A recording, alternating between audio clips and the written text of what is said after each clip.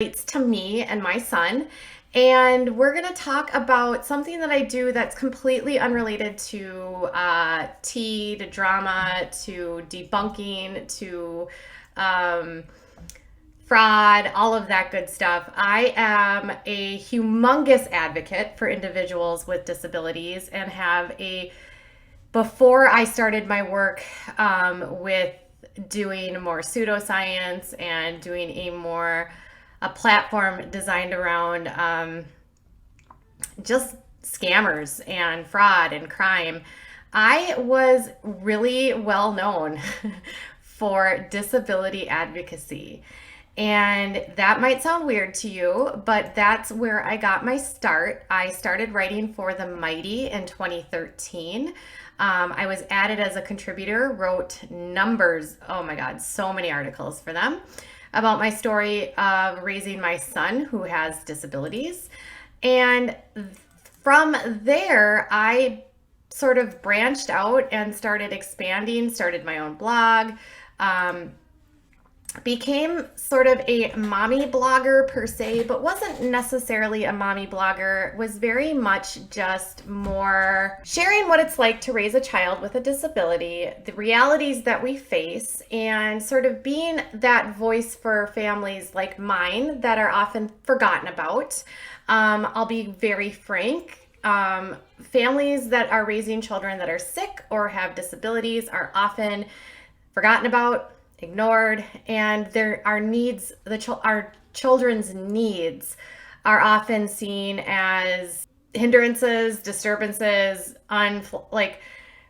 unflattering.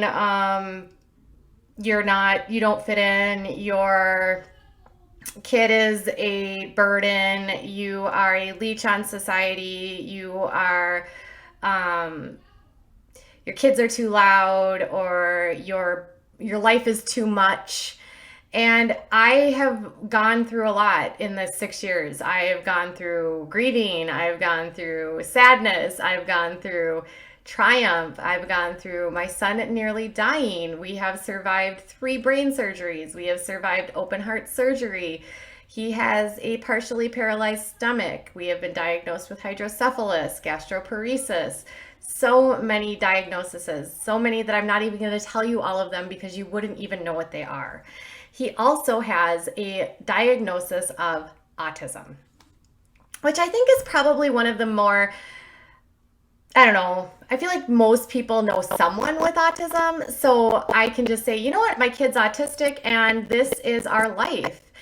So on a day-to-day basis, we do a lot to keep him well and keep him healthy, and he has nurses that are here. I am so sorry I am late, you guys. My son's care manager showed up, and I forgot she was coming at the same time that I scheduled the stream. And man, sometimes, I swear to God, I'm not always thinking with my head, and there's always a million things going on with my son, and we always have, we're having some issues with our nursing agency, so I had to talk to her. So, such is life when you have home care, you guys. Having staff in your house is super hard, and nursing agencies are super understaffed right now because there is a massive nursing shortage, and there are really crappy reimbursement rates through Medicaid for nursing, which Our son's nursing is paid for by private insurance, but most people that use nursing don't have private insurance, or they use their it's paid through by Medicaid, and unfortunately it impacts everyone whether they have private nursing or not. And in our case, we are having a hard time with staffing, and it's a pain in the butt. And we have a lot that I do on my time offline of writing. And the reason why I'm writing and the reason why I have a YouTube channel is because I have to work from home, because my son has 13 doctors and has multiple doctor's visits nearly every month. Oh my God, in May we had 2 weeks where we had 3 doctor's appointments in a row. Like 2 weeks where there was 3 appointments. And I think we saw 8 total doctors in the month of May. And that's kind of just like what our life has been like. He had open heart surgery a year ago. Actually, August 30th was the date that they went in to repair his heart. So we've had a lot going on. And one thing that has been very important to me is not to be considered a martyr mom. I don't share my son's information so that you feel sorry for me. I don't talk about my son so you feel sorry for him. I don't talk about my son's issues for you to tell me how sorry you are or to pity us, because we don't want pity. All we want is acceptance. And one thing that has been a humongous issue that's going on in America and the world is a insatiable and ridiculous need to ban plastic straws. Now, many of you guys will say, well, we need to ban the straws because that one picture of that turtle that had the straw in his nose was reasons why we need to get these plastic straws out of our oceans. Seems practical, right? Yeah, just ban the straws. Get rid of them. Get rid of them. We don't need them. Except there's millions of people like my son that depend on plastic straws in order to drink. Now, we'll be told consistently, you should just try the alternatives. Exciting. Our article is up on the Today Show. I was so pleased with this. I am ecstatic. I wrote an article yesterday about a woman in the UK who passed away because she fell on a metal straw, and that was received sort of mixed. So because I made an implication in the article that the ban on plastic straws has made it more difficult for people to purchase straws, even where bans don't exist, people got angry that I would somehow imply that the straws were banned when they weren't banned. No.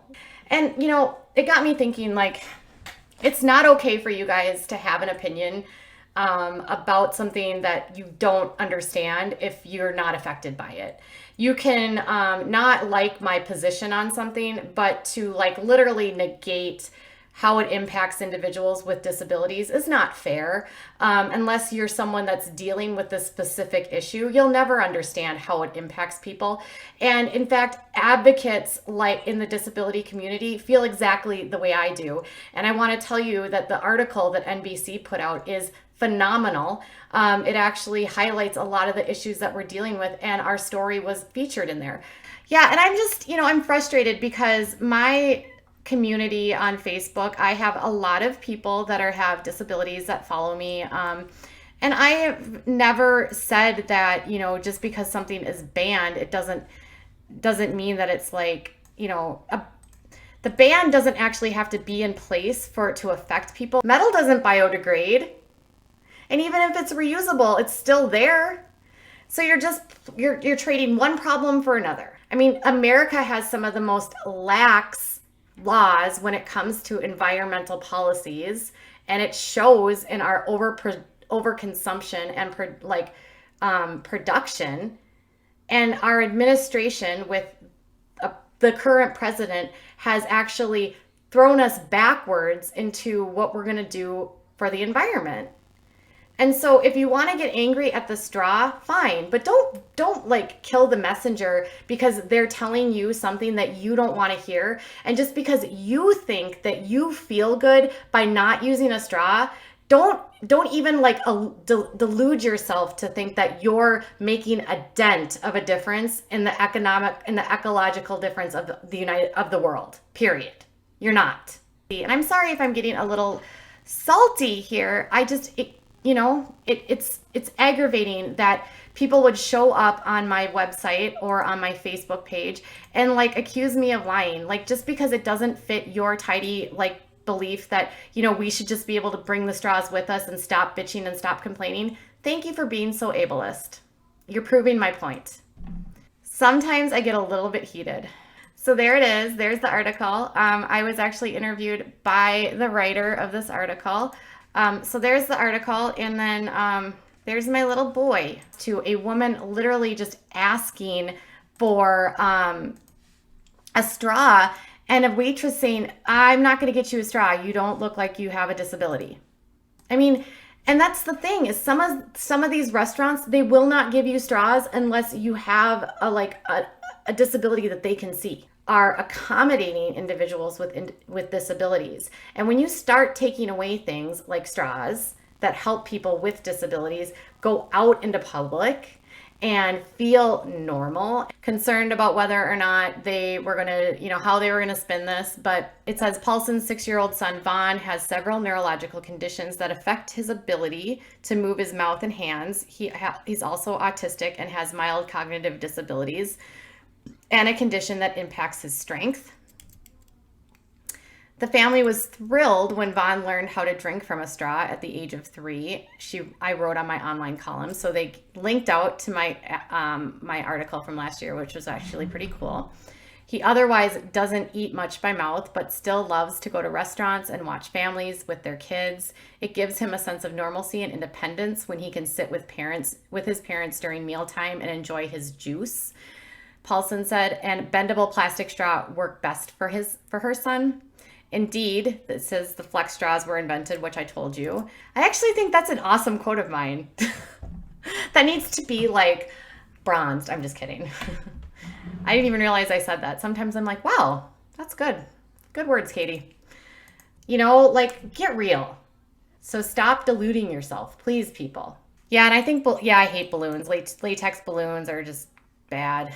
This was literally just my third stream of the day of stories about the plastic straw ban. If you didn't check out my other stream about the lady that had the tongue depressor, that is insane. And I'm going to try to be incorporating more of my stories from Pathios onto this channel so that you can get a better flavor for what I do outside of just the tea. I've been told that I'm just a drama channel. That's actually not what I do. I do drama on YouTube, but I don't do drama as a whole. That's not like my only thing I do. I just really like reality television. Sorry for the anger. Gosh, I was edgy today. I just really get tired of this pushback about this stupid ban, and simply by sharing our truth and advocating, sometimes it makes me feel feisty. And I just feel like it shouldn't be so hard for people just to be kind to people that have disabilities and need this.